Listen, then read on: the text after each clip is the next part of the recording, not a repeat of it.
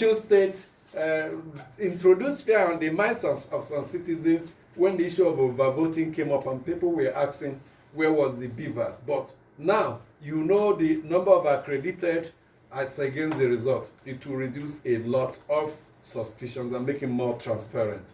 The currency swap politics is still on. It's now more of it, the politics of it, as the people are suffering. Every other candidate appear to have waded in. Within the APC, the fire is raging. Just as killings continued on across the country over the weekend, 41 vigilantes killed by terrorists in Katsina. One too many, one would say, but let me welcome my colleagues Adiza Audu, Teve Tiaf, and Abulo Semuagu. Welcome to the program. Amechi, good morning. Good morning, my colleagues. Good morning, dear listener. Congratulate me. I've gotten my PVC eventually after a tortuous journey to the Karu INEC office, and I did a video of that. Amechi, if you saw, I sent it to the office. How Nigerians are being stressed in effort to get their cards. But when I went to where I collected my card, actually, there was no much crowd there because it's inside, it's not by the roadside. I don't know the reason why. But I also think, even if Teve don't agree with me, there should be a consideration for an extension, because it will be criminal for you to close collection of PVC now. It's already closed. No. INEC should tell us if people can go to their office and collect it. The official closing is closed. The officially is closed 5th of February. But let us know if it is still possible. Were there many Nigerians that came up but didn't collect? Yes, they were there. They say some people say they should go and bring printout, and some people say they did transfer, and they say their cards have not been printed as at 3rd of February.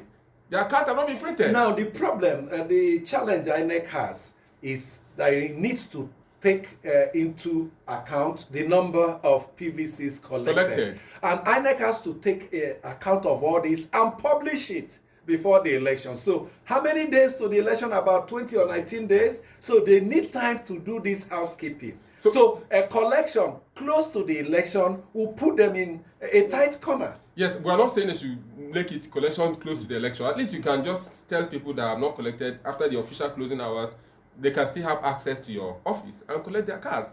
But if you put a blanket closure now for February 5, people feel that they've been automatically disenfranchised. And looking at the cash swap issue, people are not thinking right now. At the initial stages. Exactly the point I was trying to make. You see, the problem we have in this country is planning and execution. Okay, we've condemned several policies of the federal government. We're still condemning the CBN new policy, Naira swap policy, and all of that. And it has to do with planning. Now you're still complaining that INEC still needs to shift. They still need to give more time. No, this thing has been planned. They've given enough time. They've extended enough. People had enough time to go and collect these PVCs. According to what he just said, they need time to collate. They need time to sum up their data and get everything done so that during elections, everything will be seamless, at least 80% seamless, for them to be able to organize and get everything done properly. If we go by what you're saying, Apollo, that means we are still going to run into chaos. There's still going to be problems with the BVAs. There's still going to be, yes, and the biometrics. So they need time to organize and get things put together properly. Amechi, good morning to you. Good morning, listener. Our hearts definitely go out to families of the vigilante that were ambushed and killed in Katsina. Amechi, the story is so sad, especially when you look at disagreement between the Katsina state government and the police, talking about the vigilante outlawed, they were not outlawed, and all of that, and what the president eventually also said, confirming what was more like... So take us into what happened. The vigilantes were going to recover stolen cattle? Stolen cattle, yes. And then they were ambushed, obviously. By terrorists? Informants had given the terrorists information. Those that knew their mission, their movement, their location, their route and all that. Exactly. And they were ambushed, and killed. And the Katsina state government, the police said, look, the vigilante are members of the outlawed vigilante group.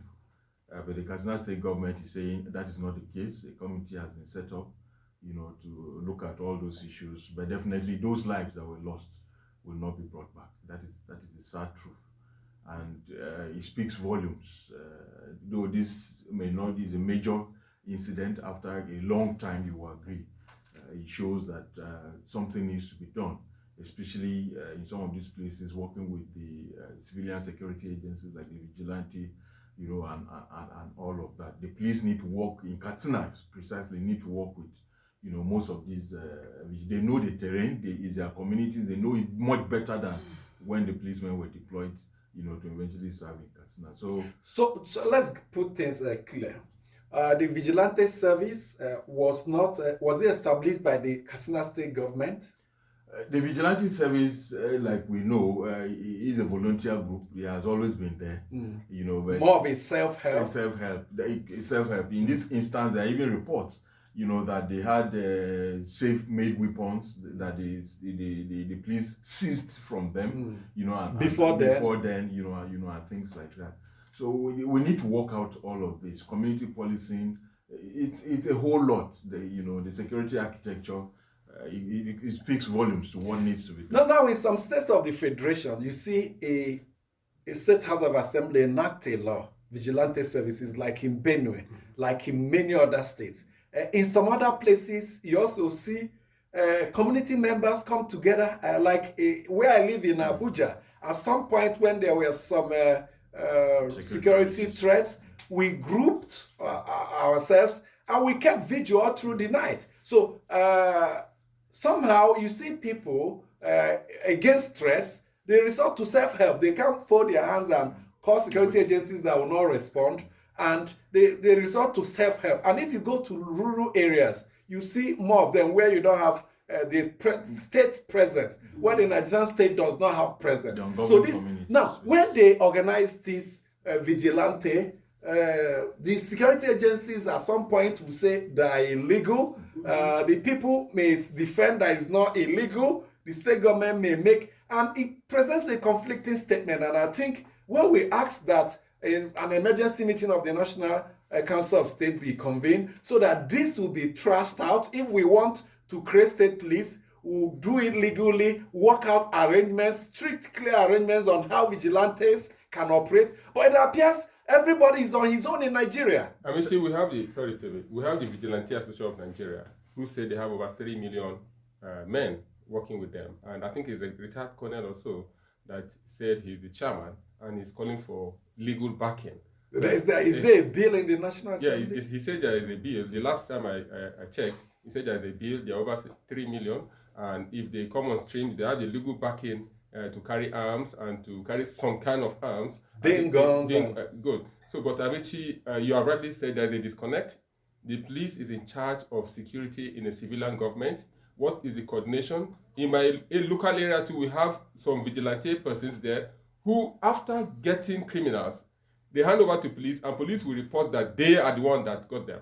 And there's no reference to the vigilante, there's no reference to the group of boys that have aided the police. So there's a lot of structuring is needed downwards in the issue of security in Nigeria. So that everybody will not just wake up, as you said, you and your bare chest and your community members say you are providing security. And become law unto yourself. Unto yourself, you are a local government unto yourself, you provide water unto yourself, you provide light unto yourself, solar energy, you provide everything unto yourself. We need to start from somewhere, especially the security now. The security agencies may have a point. There are some vigilante services that have gone haywire, that have gone rogue. In the guise of vigilante, they use it to perpetrate all manners of crime. But perhaps what happened in the Northeast could be an example here, where you have the civilian JTF. It's clear that there is no way the security agencies alone can prosecute this war. That's why we are saying a meeting, a conference, and a consensus on the way this could be structured. Just in Katsina State, senior police officers have been killed by bandits.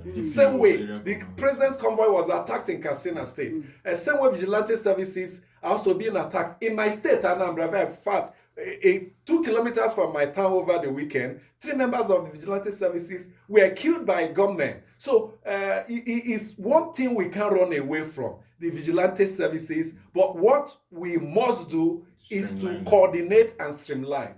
That's true, Amaechi. And talking about coordination, I think chiefs, village heads our elders, religious leaders, everybody needs to come on board to deal with this menace. And talking about the attacks from the terrorists and all of that, I think the terrorists are attacking these vigilante groups, knowing that they're actually there to get them. Like in Benue State, I have a friend who told me that the vigilantes there are quite strong and they're doing quite well. Is that true, Mr. Tiav? That was what I heard. And in some communities too. In my place in Esako, again, about there to be precise, we have vigilante groups and they're doing quite well. So going after these vigilante groups is like going after the police, and one should not just fold his or her arms and watch all these things pass by. They kill people. The one just in Katsina, deadly. I mean, people are crying, wailing, families into, I don't even know what to say. It's quite antagonizing. I couldn't even sleep overnight thinking about how this country has become so insecure that you can't even move freely. Even here in Abuja, you can no longer have a nightlife. Going to the club is like putting your life at stake. So a lot needs to be done, not just for security chiefs. The federal government also needs to call religious leaders, let everybody get on board and see how this thing can be tackled. Teve, it should go beyond. The president was quick in issuing a statement condemning it, but we have seen similar, countless.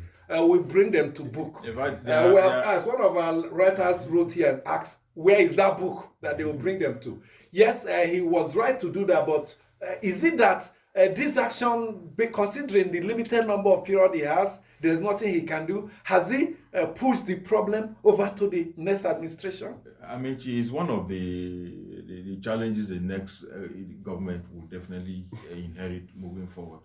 You know, for a very long time, the presidency has not issued this kind of